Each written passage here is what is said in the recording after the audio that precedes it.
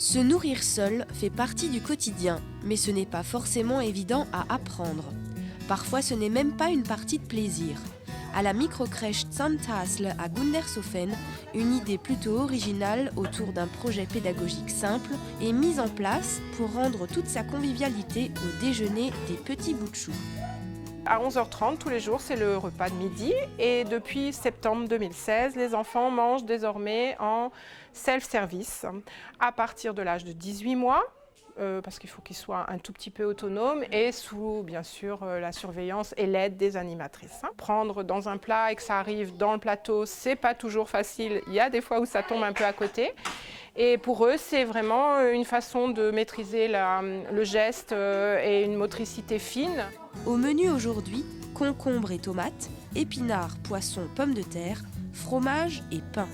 Chaque enfant se sert comme il veut, ce dont il a envie, mais il est toujours encouragé à goûter par les animatrices.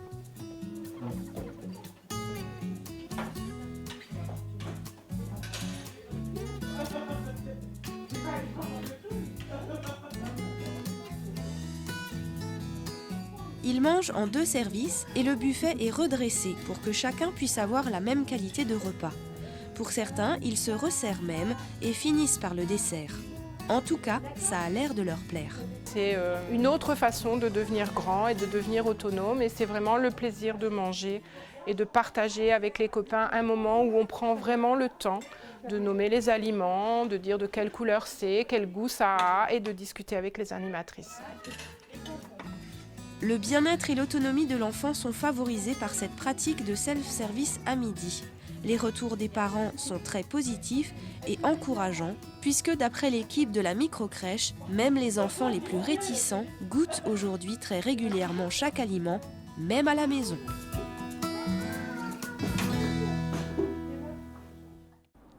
Une centaine d'individus sont sauvés chaque année. Les crapauds ont leurs bienfaiteurs, les bénévoles de l'AAV, l'Association des Amis de la Vallée. Un reportage de notre correspondant Francis Hoffman de la télévision des Vosges du Nord.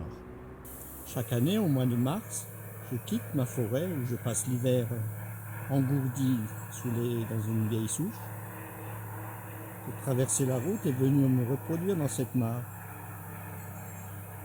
Heureusement, pour éviter l'hécatombe sur la route, de gentils amis de la nature installent un filet et des seaux pour nous capturer et nous emmener directement à la mare.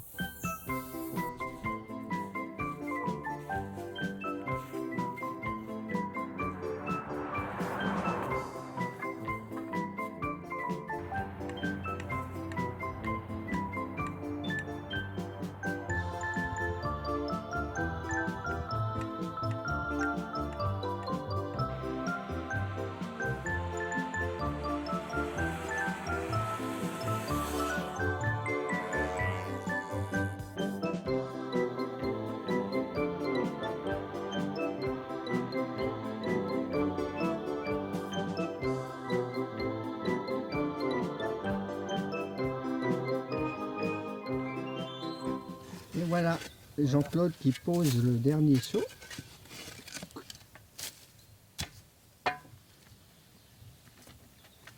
Ainsi mes congénères seront préservés des roues des voitures. Ça fait 30 générations de grenouilles et de crapauds que nous traversons ici.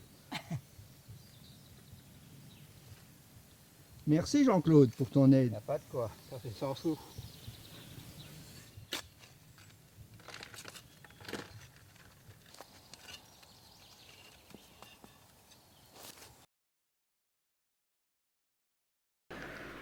Mais le travail des bénévoles n'est pas fini.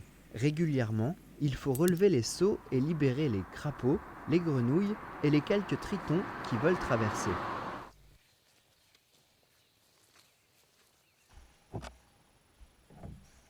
Selon la météo, les animaux se font plus rares ou plus nombreux.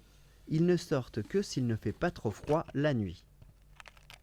Les batraciens se nourrissent de moustiques. Chaque individu sauvé évite la prolifération de ces nuisibles.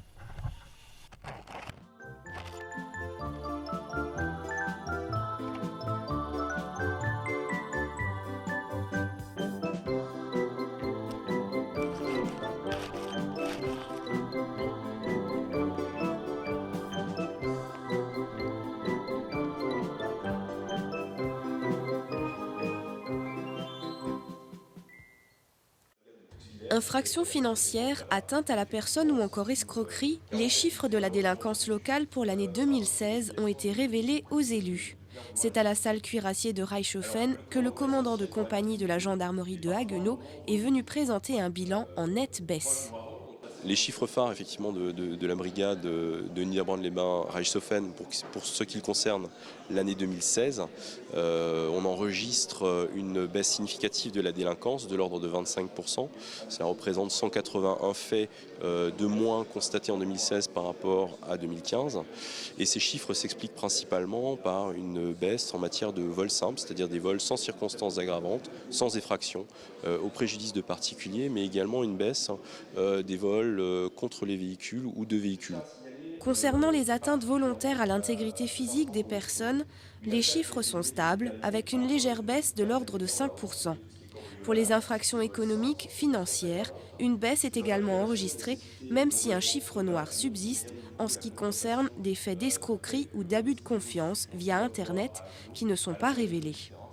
Le développement de la sphère Internet est porteuse de nouvelles menaces et la gendarmerie observe malheureusement la multiplication de ce type d'infractions.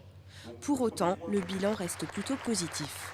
On a rarement eu effectivement une baisse aussi importante de la délinquance. Alors on l'explique comment? On l'explique par plusieurs raisons. On a eu beaucoup d'actions de prévention sur le terrain. On a développé dans le cadre de l'état d'urgence la présence de la gendarmerie de manière assez importante sur les axes et grands voies de circulation. Et je pense qu'effectivement cela a une incidence, là aussi, notre présence qui est accrue sur le terrain sur ces chiffres de la délinquance. L'intervention du chef d'escadron se termine par des lettres de félicitations pour plusieurs militaires. Leur investissement, leur engagement et leurs actions ont été appréciés et font honneur à la gendarmerie nationale.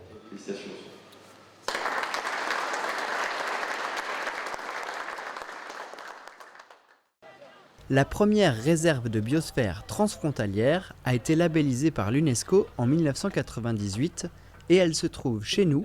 Elle est la fusion de deux biosphères, celle du parc naturel régional des Vosges du Nord pour un tiers et le Naturpark Pfälzerwald aux 2/3.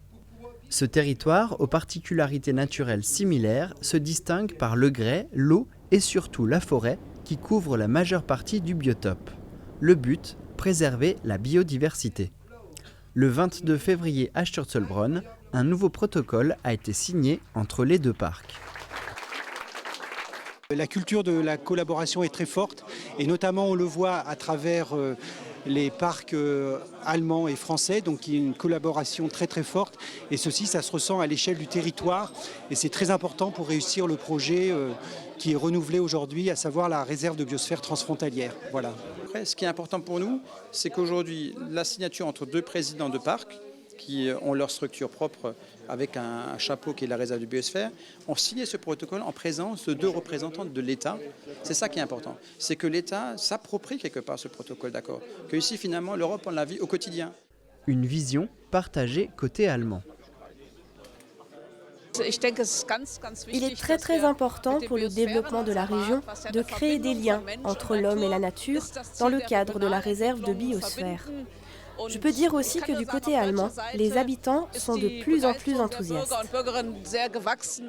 Entre action commune, expérimentation, réserve forestière intégrale et le programme MAB, Man and Biosphère, les projets ne manquent pas. Et on peut travailler peut-être au-delà sur la question des produits locaux. On a aujourd'hui un intérêt pour les filières courtes. Pourquoi est-ce qu'on n'imaginerait pas des filières courtes qui soient transfrontalières?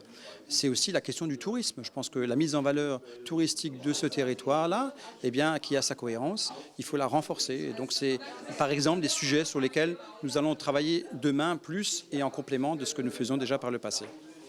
Les représentants des deux États et des parcs ont poursuivi l'après-midi par des visites et une présentation du projet sur les cours d'eau nommé Life Biocorridor.